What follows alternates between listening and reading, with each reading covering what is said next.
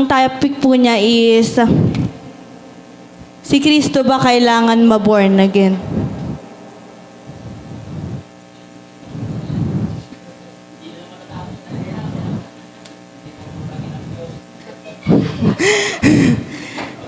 Objective lang po to.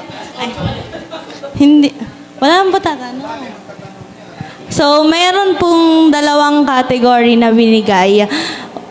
Merong A and merong B. Sa letter A,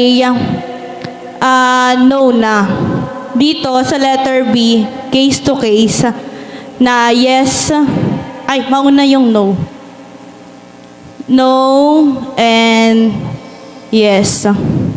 Sa explanation ng letter A, hindi na kailangan ni Kristong ma-born again kasi yung spirit and sa spirit and soul. So hindi series po kay Father Francis po. Audio niya. Opo. Ayan, sa category ng letter A, no, kasi sa spirit and soul ni Kristo, hindi na kailangan ma-born again kasi wala po yung kasalanan. So, yun yung standard view natin. Pero sa body, kailangan pa. Kasi may kasalanan.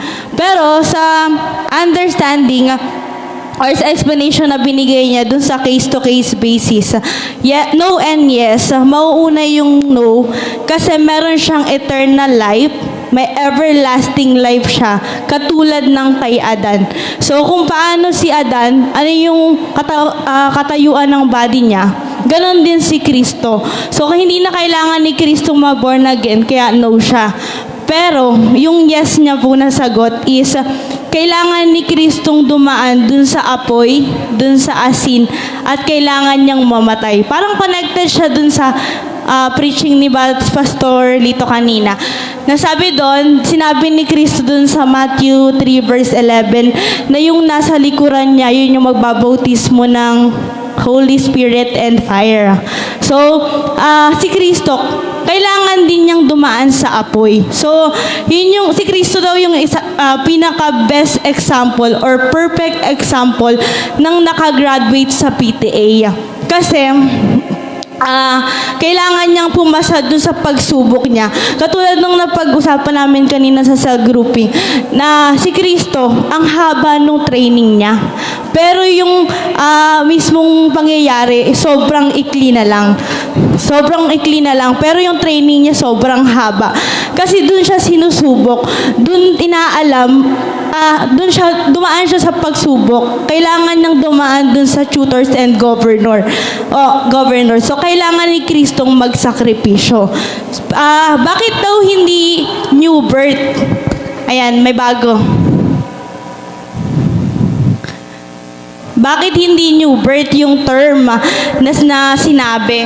Kasi yung new birth po, hindi siya, yung new birth kasi, meron kang kasalanan eh. So, hindi siya pwedeng gamitin kay Kristo kasi si Kristo, wala siyang kasalanan. Katulad ng sabi ko kanina, kung ano yung katayuan ni Adan nung sa Garden of Eden, ganun si Kristo. So, hindi pwedeng gamitin yung new birth kay Kristo na si Kristo ay man yung new birth. So, ang pwedeng magamit na term is born again. Kasi, yung sabi ko nga kanina, kailangan niyang dumaan sa sakripisyo, dun sa pagsubok sa kanya, dun sa training sa kanya. So, ang explanation niya, si Kristo, meron siyang iba't ibang klaseng pagsubok na dinaanan. So, may level yung pagiging born again niya. Ano-ano po yun? Yung unang level na dinaanan niya na pagiging born again is, una yung training. Pangalawa, una yung training nung bata siya. Sunod yung nagmi-ministry siya. At nung tinahanan siya ng Diyos. And lastly, yung pinaka-ultimate na pagiging born again ni Kristo is nung nag-body change na siya. So, yun yung katulad kanina na share na homoousios na siya. Exact same na siya. So, sabi po doon na hindi ka si Kristo kanina sabi ko wala siyang kasalanan, 'di ba?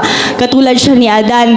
Pero alam naman po natin na pinatawan siya ng kasalanan. Ayan, inako niya yung kasalanan para maligtas tayo. Ayan. Sabi dun sa Galatians 4, hindi si Kristo magiging tunay na anak unless maging karapat-dapat siya na maging anak.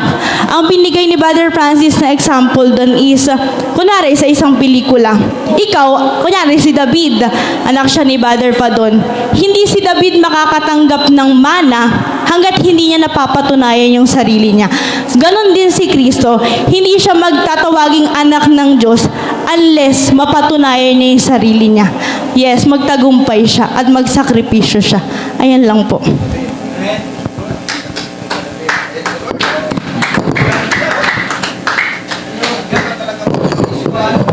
Hello, sige.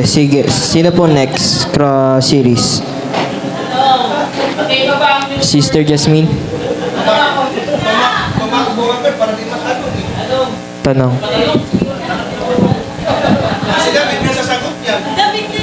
Ang tanong, anong pinagkaiba ng born again sa new birth? Nagot ko na kanina. Sige ako, mali ako. Part ng pagiging born again, kailangan mabautismohan. Yan, tama yan. Ay, Mike, dun. Okay. Di ba napaganda pa? May sinabi si Brother Francis dun sa na-scribe ko. Ang sagot ko po, yes. Pero, Pwede ba mayroong dapat version ni Brother Francis, tas meron ka rin dapat on your own? objective lang po kasi series po ito. So, objective Pero po ako. pwede naman siguro on your own. Yung ano ba yun sa'yo? Kasi tayo, may kanya-kanya tayong pag-aaral sa Biblia, di ba? Magiging chronicles na kasi.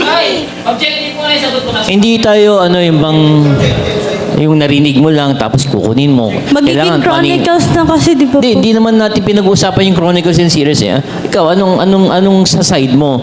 Tama ba yon? Yung bang, yung... Hindi tayo pwedeng... sige po, sa una- Nakarely lang o nakadepend lagi doon sa narinig natin. Kailangan suriin mo din. Idaan mo sa pananalan ng pag-iisip tsaka ng puso mo. Ganon. Sige po, ang explanation niya muna. Sang-ayon naman ako sa explanation na binigay ni Brother Francis. Kasi ang sagot niya, ang tanong niyo po, kasama po ba yung bautismo sa pagiging born again? Ang sagot ko, yes. Kasi may baptism na paglilinis ng kordero para sa pagkakatay at merong bautismo na pagsisisi. So yung kay Kristo, paglilinis siya or inihahanda siya para sa pagkakatay sa Kanya. Ayun lang po. Ang bautismo ay paghiling ng mabuting budhi. Tama.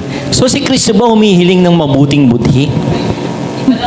Hindi po. Yun nga po yung sagot ko. Ang sagot ko po, merong bautismo na paglilinis para sa paghahanda niya ni Kristo. Para sa pagkatay sa Kanya or paghandog sa Kanya. Meron ding bautismo na pagsisisi. Kaya po ang sabi ko, yung bautismo na ginawa ni Kristo is paghahanda sa Kanya. Preparation Hindi para yes doon po, sa... preparation po. So, kasi parang Hindi niya tupa, pagsisisi. yung Apo. tupa kailangan linisin, para malinis, Apo. no? Without blemish, without... Oo. So, hindi siya humihiling ng mabuting budhi? Hindi po. Yeah.